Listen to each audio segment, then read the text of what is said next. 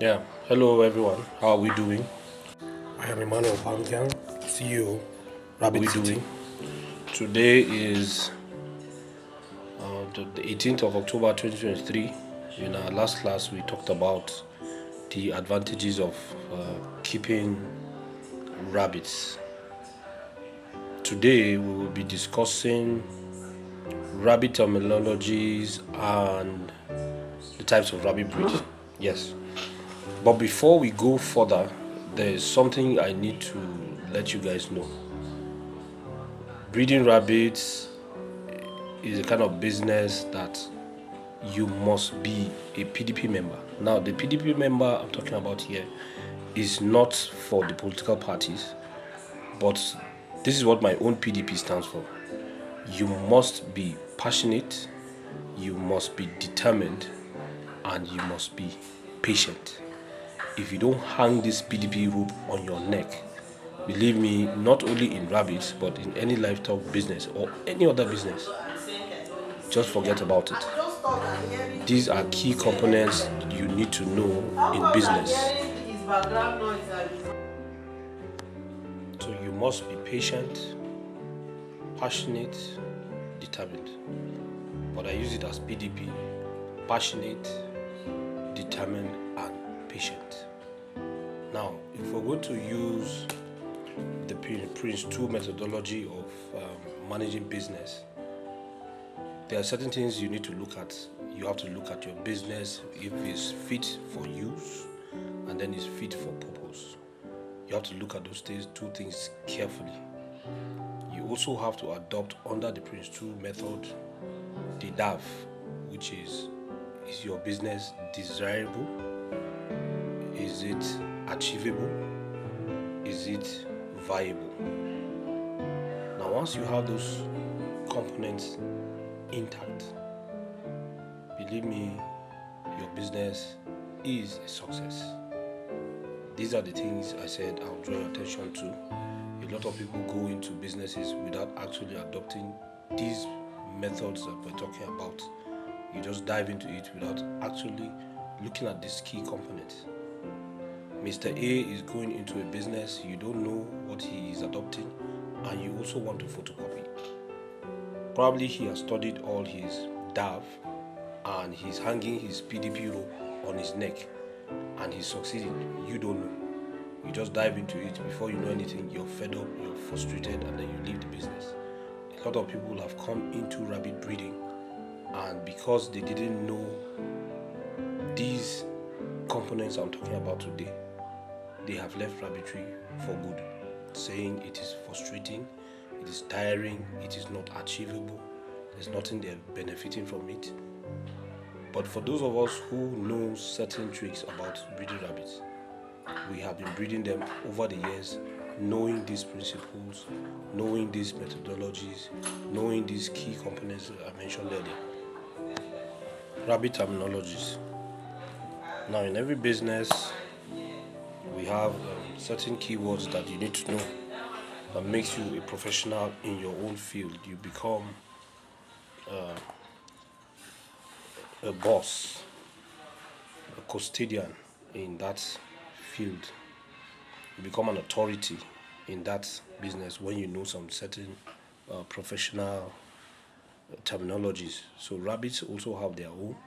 I would call those ones that are basic for you to understand, so that when you start breeding and you're discussing with those who are also in rabbitry or you want to teach others to, these are certain terminologies. Even when you read materials, for you to understand what the writer is talking about, you need to be conversant with these terminologies that I'm going to talk to you about.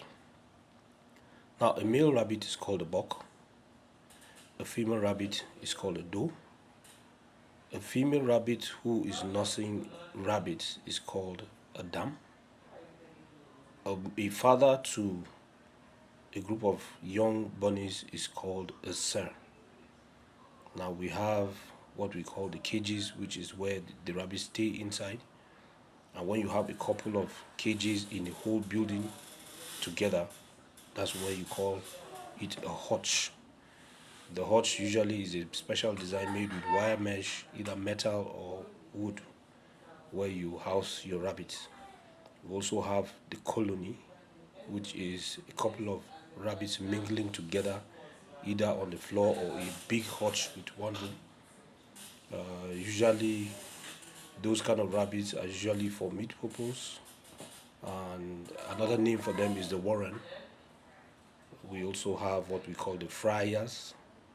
Fryers are from 8 to 10 weeks, which are particularly rabbits for meat. You're preparing them for meat. We call them fryers. We also have the nesting boxes where rabbits go there to give birth. And we don't say give birth in rabbits, it's called kindling. So your rabbit kindled, and then the number of kids, you call the kids kits, that is baby rabbits. And so the number is what we call the litter. The baby rabbit is called kits. And when a rabbit gives birth, we say it has kindled a kit, number of kits, a litter size of so kits. So these are some of the terminologies you need to know about rabbit breeding. Let's talk about breed types. I will discuss those ones that are common and are good for meat, because most of the times a lot of people keep rabbit for meat purpose. So the first one we would talk about is the New Zealand white. Some people call it the albino rabbit because it is pure white body size, where from the back you would always see it like an O shape from the back. Usually they have pink eyes with pink ears, long ears, projecting ears. The New Zealand comes not only in white, it comes in black, it comes in red, there's some that come in blue. So those are the families of the New Zealand breed, which are very good for meat purpose. New Zealand white, New Zealand black, New Zealand red, or the blue. Then we have the Californian white, which also has white body just like that of the New Zealand, but has dark patches on the ear, the legs, and the tail, usually coffee brown. This breed is also good for meat because they grow good meat on their body compared to the bone. We also have the chinchilla rabbits, which are brown in color. Usually those ones also grow good meat. Yes, we also have the American standard chinchilla, which is gray in color. That is also a good breed for meat. We have also the checkered giants, which are white with black spots on their body, black patches. We also have the harlequin, which has brown and black colors on the body. And then we have the Dutch belts, though they don't grow so big, but they're very rugged breeds. Where you see them, they come in two colors, mostly half patch of white from the head to body halfway. And then you have most colors at the other side of the body, which is either black, gray, or brown. Once you see that kind of rabbit, which has two colors separating the body, is usually the Dutch belt breed. A lot of rabbit breeders have run into problems with their clients, because when a client asks for a harlequin and you're sending him a Dutch belt, you run into problems in your business because you would send him what he didn't ask for. So you need to be conversant with the type of rabbits that you're breeding. So there are so many breeds of rabbits, but we'll just touch those ones, like I said, that are basic for you to keep for your meat production. Thank you.